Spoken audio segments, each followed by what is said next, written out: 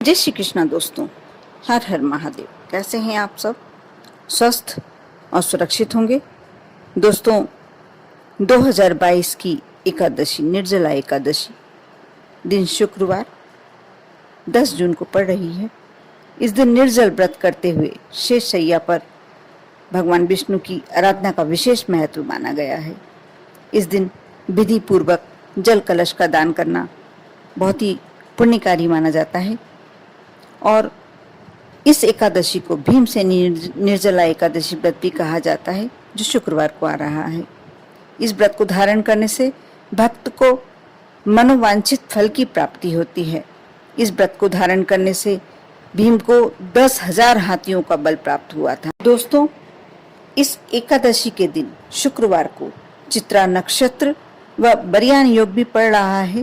पूरे साल की 24 एकादशियों में ज्येष्ठ शुक्ल एकादशी सर्वोत्तम मानी जाती है और उसके बाद ये जो योग पढ़ रहे हैं बहुत ही सर्वश्रेष्ठ योग हैं।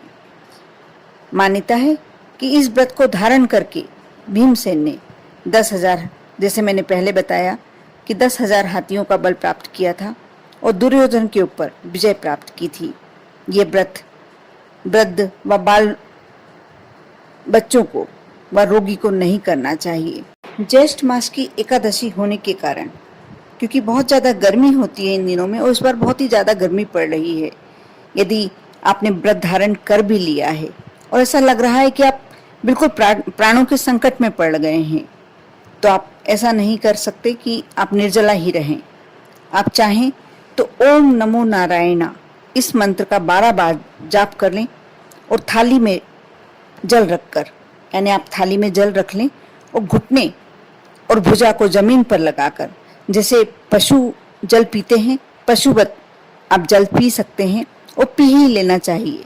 यदि आपको लगता है कि आप निर्जला व्रत नहीं कर पा रहे हैं तो आपको अवश्य, यदि आप इस रूप में जल पीते हैं तो इससे व्रत भंग नहीं माना जाता।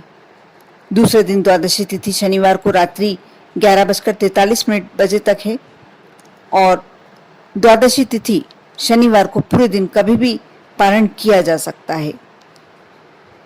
दोस्तों, दशमी युक्त जो एकादशी होती है उसको विद्या कहा जाता है व द्वादशी युक्त एकादशी को शुद्धा कहा जाता है। इस एकादशी का व्रत रखने से सभी एकादशियों के व्रतों के फल की प्राप्ति आसानी से प्राप्त हो जाती है। यह व्रत ज्येष्ठ मास के दिन बड़े होते हैं। दूसरे, गर्मी की अधिकता होने के कारण बार बार प्यास लगती है।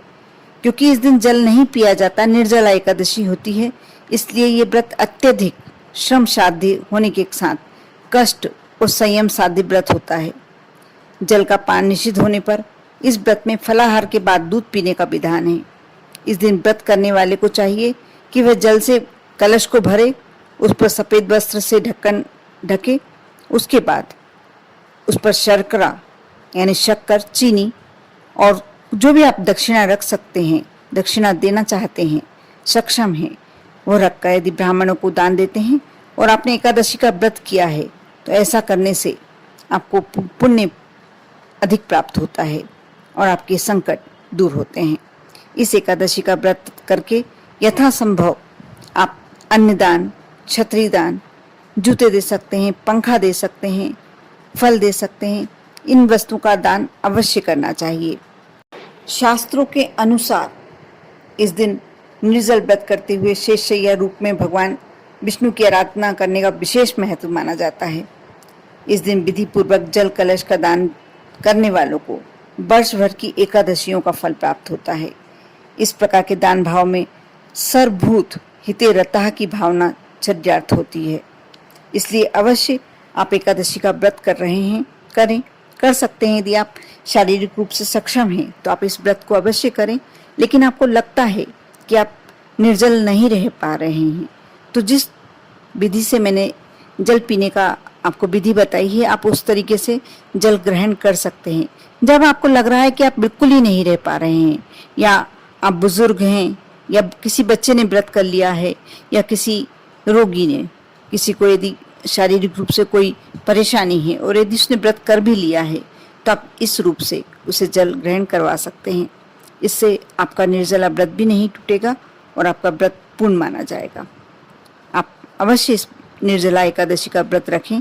यदि आप शारीरिक रूप से सक्षम हैं तो आपको पुण्यों की प्राप्ति के साथ साथ आपके सारे मनोरथ भी पूरे होंगे, सारे कष्ट भी दूर होंगे और आपकी जीवन की सारी समस्याएं दूर हो सकती हैं।